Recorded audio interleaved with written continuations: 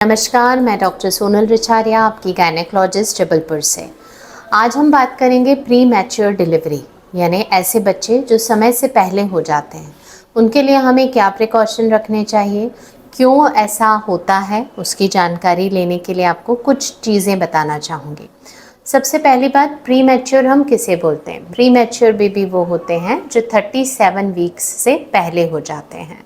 37 week से पहले यानी कि जो भी आपको डेट आपकी गायनेकोलॉजिस्ट ने दी है, उससे अगर आप 21 दिन पहले निकाल लेते हैं तो वो बच्चा 37 वीक से पहले प्री मैच्योर होता है।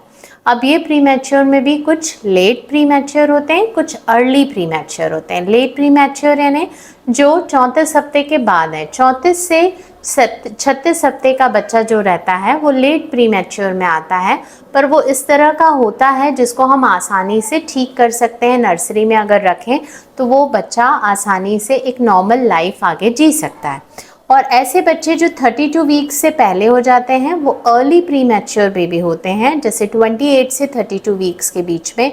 ये अर्ली प्री मैच्योर बेबी को आगे सर्वाइव करना, सारी चीज़ें उनकी सही ढंग से बनना सब बहुत कठिन होती हैं।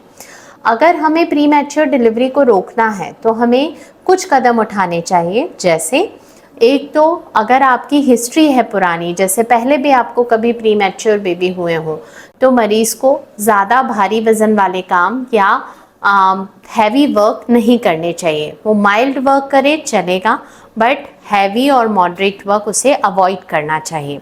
जब भी कभी आपको नीचे का हिस्सा कड़क लगे या ऐसा लगे कि आपको पीछे कमर में दर्द हो रहा है, तो आपको तुरंत में लेट जाना चाहिए, अपने पाँव के हिस्से को ऊपर करके रखना चाहिए और जितना जल्दी हो सके उतना जल्दी अपनी गायनेकोलॉजिस्ट को दिखाना चाहिए। कई बार ये प्री मैच्योरिटी आपका जो बच्चेदानी का मुंह है वो जल्दी ओपन हो जाता है, उसके कारण होती है। इसके लिए कई बार आपको 14 वीक्स के अंदर टाँके भी लगाए जाते हैं ताकि आपकी प्री मैच्योर डिलीवरी ना हो। और एक तरह का इंजेक्शन सप्लीमेंट दिया जाता है जिसे प्रोजेस्टेरॉन का इंजेक्शन कहते हैं, जिससे आपकी प्री मैच्योर डिलीवरी थोड़ी कम होती है।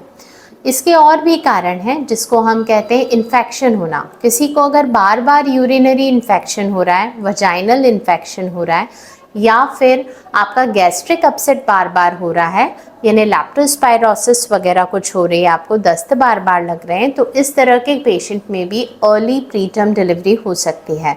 तो अगर किसी तरह का आपको इन्फेक्शन होता है तो भी आपको तुरंत आपके डॉक्टर की सलाह लेनी चाहिए और कोशिश करनी चाहिए कि उसका ट्रीटमेंट आप सही ढंग से ले सकें।